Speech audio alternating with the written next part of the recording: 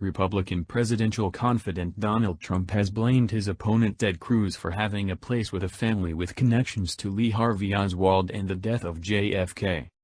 Ted Cruz's dad, Raphael, has been found in a photograph remaining beside claimed professional killer Lee Harvey Oswald days before the professional killer was killed himself. Ted Cruz has answered to the assertions, calling them nuts and mockingly conceding that his dad was Elvis Presley in camouflage and did without a doubt slaughtered JFK and Jimmy Hoffa and covered the last's body in their garden. The National reports. The startling affirmation went ahead the morning of a urgent essential race in Indiana where Mr. Trump is trying to arrive a knockout blow against his main challenger for their gatherings selection. Mr. Trump, parroting an ongoing story by the National Enquirer newspaper, took to Fox News to state the Texas representative's dad, Cuban foreigner Rafael Cruz, was with Lee Harvey Oswald before the death. That is to say, the entire thing is silly. What is this? Ideal before his being shot, and no one brings it up, said Mr. Trump.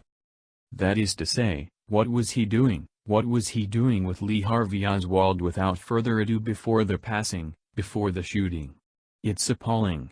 The Enquirer, which has distributed past stories profoundly reproachful of Mr. Cruz, said an August 16, 1963 photo of Oswald in New Orleans giving out handouts in help of Fidel Castro demonstrates a youthful Rafael Cruz adjacent.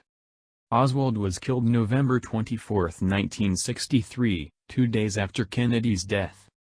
Rafael Cruz was at one time a supporter of radical pioneer Castro, yet says in his life story A Time for Action that he was ignorant Castro was a socialist, as indicated by the Miami Herald.